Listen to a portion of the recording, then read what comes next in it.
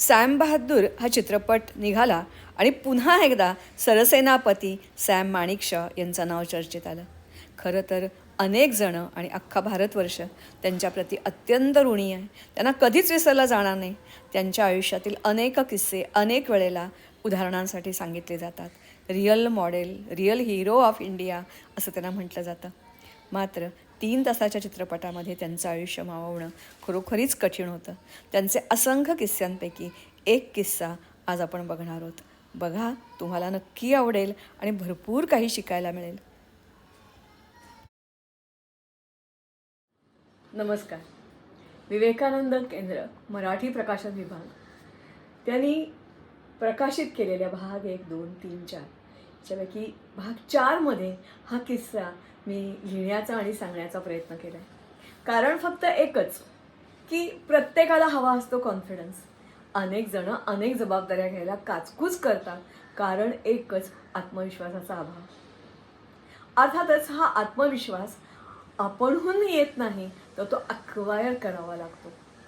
आणि त्यासाठी अनेक उपायापैकी एक उपाय म्हणजेच थोरा मोठ्यांच्या कथा ऐकणं. तेव्हा ही कथा आहे आत्मविश्वास, जनरल सॅम माणिकशॉ यांची या पुस्तकातील. ती आता तुम्हाला अर्थातच ऑडिओ स्वरूपात सुद्धा थोड्याच दिवसात ऐकायला मिळेल. आत्मविश्वास म्हणजे यशाची गुरुकिल्ली. आपल्याला नेहमी सल्ला दिला जातो की आत्मविश्वास हवा, पण म्हणजे नेमकं काय हो? आपल्याला हवे असते उदाहरण. असेच एक उदाहरण 1971च्या वेळेचे. 1971 उगवले तेच मुळी निर्वासितांचे लोंढे घेऊन. पूर्व पाकिस्तानात शेख मुजीबुर रहमान हे निवडून आले. पूर्व पाकिस्तानात होता बंगालचा प्रभाव, तर पश्चिम पाकिस्तानात उर्दूचा प्रभाव. असंही पूर्व आणि पश्चिम यांचं फारसं सख्य नव्हतंच. आणि मग त्यांच्यात भेदभाव करण्याची एकही संधी पश्चिम पाकिस्तान सोडत नसे. यामुळेच पूर्व पाकिस्तानात नाराजी होती आणि ते लोक स्वतंत्र आणि वेगळी व्हायची भाषाही करत होते. पश्चिम पाकिस्तानला आता खूपच राग आला आणि त्यांनी दमनचक्र सुरू केलं. त्यांनी जनरल नियाझींना तिकडे पाठवलं आणि ते याच करण्यासाठी की त्यांचा स्वातंत्र्याची मागणी, उठाव ही दडपून टाकण्यासाठी. अनेक लोक मारली गेली, अनेक निर्वासित झाली, अनेकांनी आपली घरं दारं सगळं सोडलं आणि भारताच्या ते आश्रयाला येऊ लागले. यात बहुतांश होते हिंदू, पण काही गरीब मुसलमान सुद्धा होते बरं का. या अशा येणाऱ्या लोकांमुळे अर्थव्यवस्थेवर भारताचा ताण पडत होता. सामाजिक स्वास्थ्य बिघडत होतं. इथंही दंगली माजतील का असं वातावरण तयार झालं होतं. आणि आता पाकिस्तानला धडा शिकवायची वेळ आली आहे असं त्यावेळच्या गव्हर्नमेंटला आणि पंतप्रधान इंदिरा गांधींना वाटलं. 27 एप्रिल 1971ला इंदिरा गांधींनी एक सभा बोलवली तातडीची, आणि त्या तातडीच्या सभेत अर्थातच सॅम माणिकशॉ, तेव्हा ते जनरल सरसेनापती झाले नव्हते, त्यांना बोलवलं गेलं. आणि त्यांना उद्देशून म्हणाल्या, हमें कुछ करना होगा. अर्थातच परिस्थितीचं भान असणारा, अत्यंत जागरूक, बुद्धिवान आणि आपल्या लष्करावर, आपल्या कामावर प्रेम करणारा सॅम माणिकशॉ नावाचा मनुष्य त्यांना पूछता झाला, क्या करना होगा मॅडम? पंतप्रधान गांधींनी उत्तर दिलं, तुम्हें पाकिस्तान में घुसना पडेगा. खरं तर त्यांना तेच अपेक्षित होतं, मात्र ती वेळ योग्य वाटत नव्हती, कारण ते हाडाचे सैनिक होते. सैन्य वेगळे असतं, सैनिक वेगळा असतो आणि राजकारण वेगळं असतं. पंतप्रधानांच्या इच्छेखातर त्यावेळेला बंगालमध्ये घुसणं म्हणजे होती नाचक्की. कारण पराभव अटळ होता. आपली असंख्य माणसं मारली गेली असती. पाक अधिकच मुजोर बनला असता आणि पूर्व पाकिस्तानचे स्वतंत्र होण्याचे स्वप्न विरून गेले असते, त्यांना सोडून द्यावे लागले असते.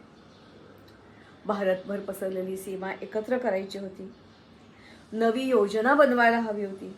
बंगलासारख्या दलदलीचा प्रदेश, जिथे मोठमोठ्या रुंद पात्रांच्या नद्या वाहतात, तिथे कसं लढायचं यांना सैनिकांना प्रशिक्षण द्यायला हवं होतं. आर्मी, नेव्ही, एअरफोर्स तिघांचं अतिशय उत्तम कोऑर्डिनेशन व्हायला हवं होतं. व्यूहरचना करायला हवी होती, योजना आखायला हवी होती. आणि मग जसजसे दिवस जाऊ लागले आणि आता युद्ध अटळ आहे असं वाटू लागलं. त्या दिल्लीतले उच्चपदस्थ त्यांच्या चर्चा सुरू झाली. त्यांनी सॅम माणिकशॉना प्रश्न विचारला जाऊ लागला, अहो युद्ध सुरू झालं तर किती दिवस लागतील? जनरल मोघमच उत्तर देत, बंगालचं क्षेत्रफळ आहे साधारण फ्रान्सच्या क्षेत्रफळा एवढं. फ्रान्सच्या एका सीमेपासून दुसऱ्या सीमेपर्यंत नुसतं चालत जायचं म्हटलं ना तरी किमान 1 महिना लागतो. मग इथे तर माझ्या फौजेला लढत लढत पुढे जायचंय, म्हणजे साधारण 1.5 महिना तरी लागेल. मात्र अंदर की बात केवळ त्यांना आणि त्यांनाच माहिती होती. राजकारण्यांची तोंड बंद करण्यासाठी दिलेलं हे मोगम उत्तर होतं. अखेर 3 डिसेंबर उजाडला. संध्याकाळी युद्धाला तोंड फुटलं आणि भारतावरचा दबाव वाढवण्यासाठी अमेरिकेनं 7 फ्लीट बंगालच्या उपसागरात येऊन दाखल झालं. आता पुन्हा एकदा खळबळ वाजली. भारतावर दबाव टाकण्याचा आणि पाकिस्तानला सहाय्य करण्याचा हा एक डाव होता. परत एकदा लष्कराला प्रश्न विचारले जाऊ लागले, अमेरिकेचे 7 फ्लीट खरोखरच युद्धात उतरले तर? अर्थात सर्वांना ही चिंता होतीच. सॅम मात्र उत्तर देत बोलले, हाँ उनके पास तो बोलते हैं एटम बॉम्ब है और अगर वो इस्तेमाल करते हैं तो मैं कुछ नहीं कर पाऊंगा, पर ऐसा वो कर नहीं पाएंगे, दुनिया उनका साथ नहीं देगी. मग त्यांना परत विचारले जाईल, अमेरिकन फौजच पूर्व पाकिस्तानमध्ये उतरली तर? त्यावर ते हसून उत्तर देत, मी स्वतःला खूप भाग्यवान समजेन. माझ्या एवढा मोठा जबरदस्त आणि प्रभावी इतर जनरल जगात कोणी असेल असं नाही मला वाटतं. कारण एकाच वेळेला माझ्या सेनेला पाकशी आणि अमेरिकेला हरवायला सुद्धा हवं आहे आणि माझी सेना त्या तयारीत आहे आणि नक्की करून दाखवेल. हा होता त्यांचा आत्मविश्वास. त्यांचा आत्मविश्वास एवढा तगडा होता की लढाई सुरू होताच त्यांनी डॉक्युमेंट ऑफ सरेंडरही बनवून घेतलं बरं का. आणि ते पंतप्रधान आणि संरक्षण मंत्री सेक्रेटरी हक लाल यांनाही दाखवलं.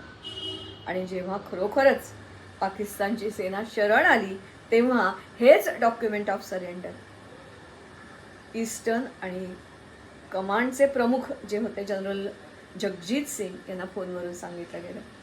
त्याच्या 4 कॉपीज बनवायला सांगितल्या गेल्या आणि त्यावरच पाकचे आर्मी जनरल नियाझी यांनी शरणागतीची स्वाक्षरी केली. एवढेच नव्हे तर त्यांनी जनरल जगत सिंग यांना सल्ला दिला, जब भी आप शरणागती कार्यक्रम में जाएंगे तब आपके बीवी को जरूर लेकर जाना.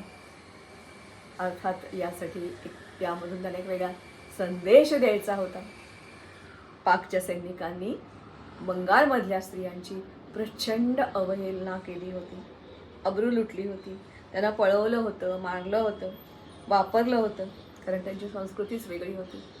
तिथल्या ढाका विद्यापीठात जेव्हा त्यांनी हल्ला केला नियाझींच्या सैनिकांनी, त्या मुलींच्या पायावर गोळ्या झाडल्या गेल्या.